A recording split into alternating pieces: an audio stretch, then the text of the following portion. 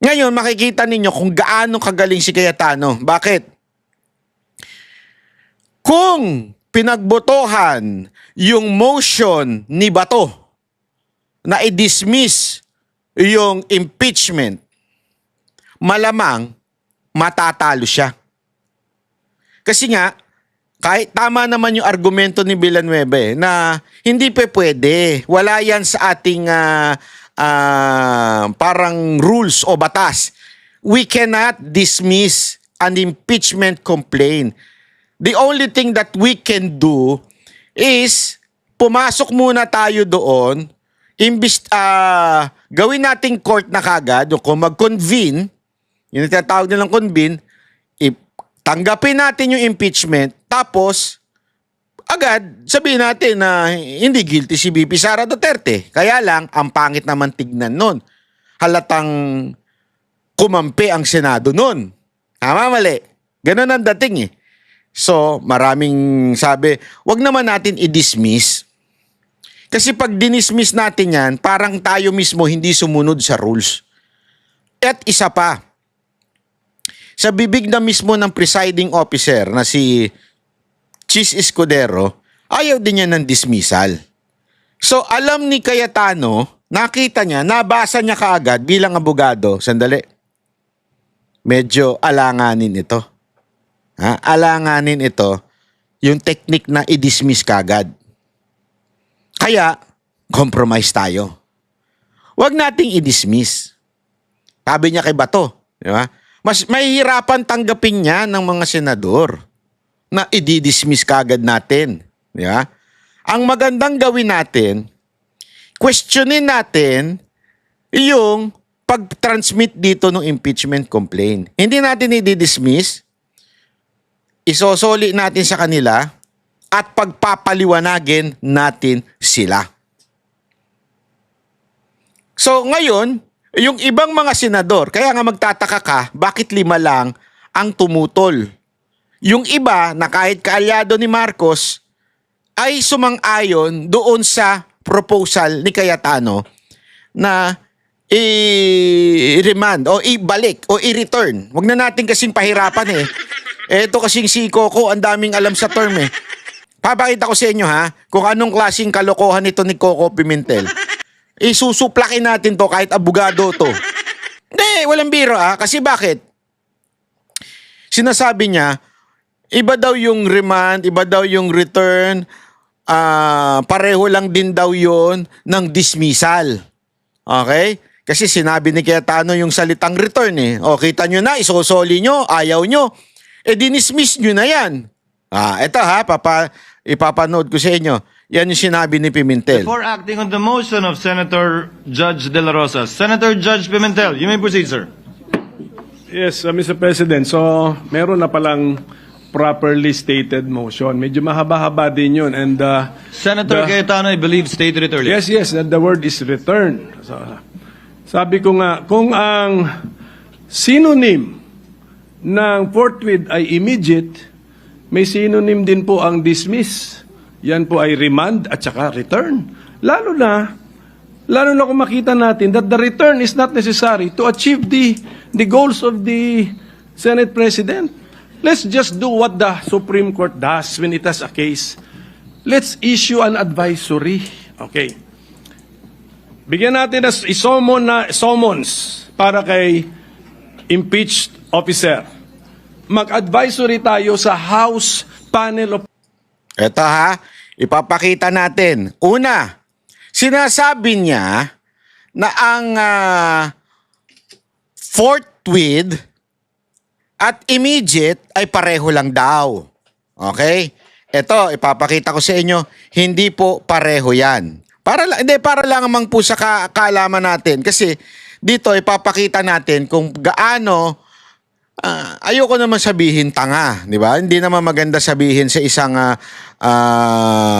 isang senador na abogado na tanga siya, di ba? Pangit naman. Pero, papakita natin na malabo yung kanyang sinasabi. Bakit po? Pakita natin ito po, ito. Ayan. The word forthwith and immediate are very similar. They both suggest something should be done without delay. But in legal usage, they have slightly different implications. Ano ba pinag-usapan natin? Legal. So, ibig sabihin, yun ang ating kukuning definasyon. Oh. They have slightly different. Meaning, without delay, yung forthwith without delay, but allows for some reasonable time to act. Depende sa circumstances. Depending on the circumstances. Legal use, often used in orders, produce the accused forthwith, where the action should be done as soon as reasonably possible, but not necessarily instantly. Ano ibig sabihin nun? Pag sinabi mong forthwith, i-produce mo yung akusado forthwith. Ibig sabihin, gawa ka ng action as soon as reasonable. Paano ibig sabihin nun? Ibig sabihin, kung available ka, o ikaw ay on duty, o ikaw ay may ginagawa, at pwede mo nang asikasuhin ito, depende yan sa iyong ginagawang circumstance right now. Oh. Pero ang sinasabi dito, hindi necessarily instantly. When you say instant, halimbawa, sa baba, punta tayo sa immediate, legal use, stronger or more urgent than forthwith usually means to do it now, not later, not after sometimes. Pag sinabi ng judge, I want the accused immediately. Ibig sabihin, ngayon na, puntahan mo na. Pag sinabi ng judge na produce the accused forthwith, ibig sabihin, kung ano yung possible time. Yung as soon as reasonable yung time. Di ba? Ayan, no, napakalinaw po nun mga kababayan. No? Kasi nga, halimbawa dito, example, if the court says submit documents forthwith, it means immediately but allows for logistical time like printing, transport, etc. Pag sa immediate naman, example ng immediate release. Immediate release order means the person must be freed at once, not tomorrow or after work. Ngayon na. Release the accused immediately. Ngayon na. Hindi na mag-aantay ng paper yan. Hindi na mag-aantay ng document yan. Ngayon na yan. Inutos ng court. So doon pa lang, sablay na kagad si Coco Pimentel. Dapat sigurong bumalik sa law school ito si Pimentel, ano? Hindi, kasi maraming ganyan maraming ganyan na mga pinklawa na, ano ba ang pinagkaiba noon? Di ba sinabi, kailangan dinggin na kagad sa hearing, forthwith? Tablado yung mga nagsabi ng forthwith. Kasi mismo nga nagsulat ng salitang forthwith sa konstitusyon, yung abogado, ay naiintindihan niya, yung justice yun At sinabi niya nga doon, di ba, on reasonable time. Without delay. Pero kailangan, doon sa reasonable time. Pwedeng hindi pala without delay. With delay, as long as that delay is valid. Di ba? Ngayon, eto na naman siya. Ano sabi niya dito? Pakinggan niyo uli sabi niya dito Ay remand at saka return.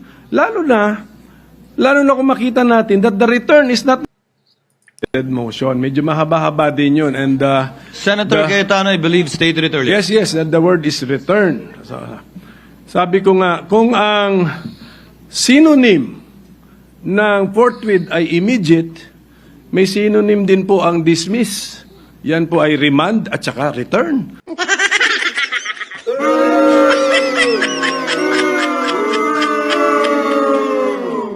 Sir, mukhang kailangan nyo talagang bumalik sa law school. Sa tingin ko lang Bakit? Pareho daw yung remand at saka dismiss. Pakita natin. Anak ng wete, Ito in Philippine legal procedure, remand to the fiscal and dismiss have very, very different meaning. Alam ko ito kasi may kaso ako na hinaharap gayon.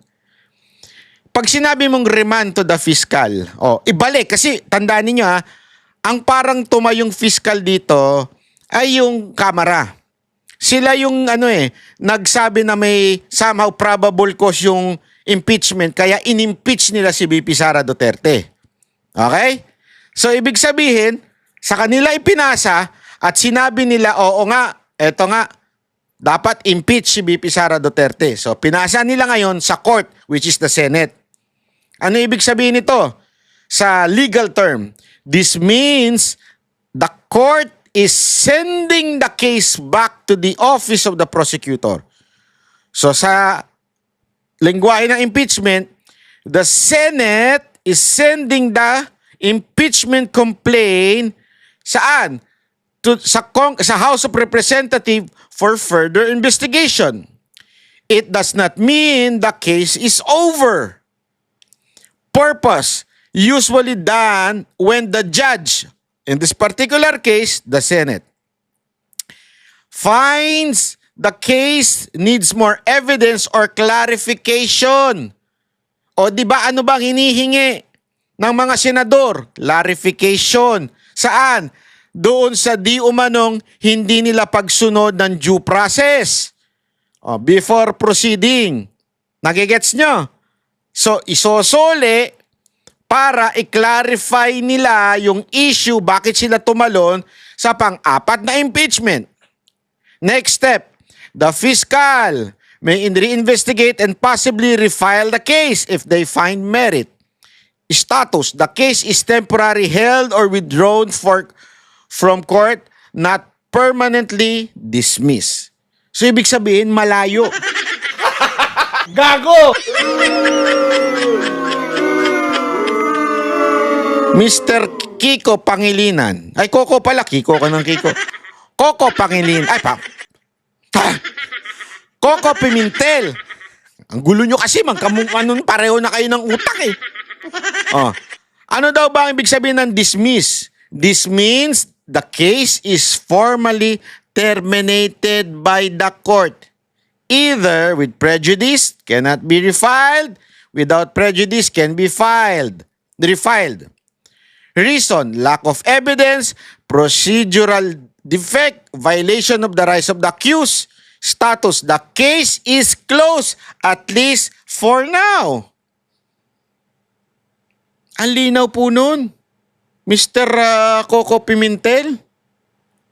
Sa absent po kayo nung tinuro yan? Ang layo ng ibig sabihin ng remand sa dismiss. Ang dismiss, wala na. Sarado na.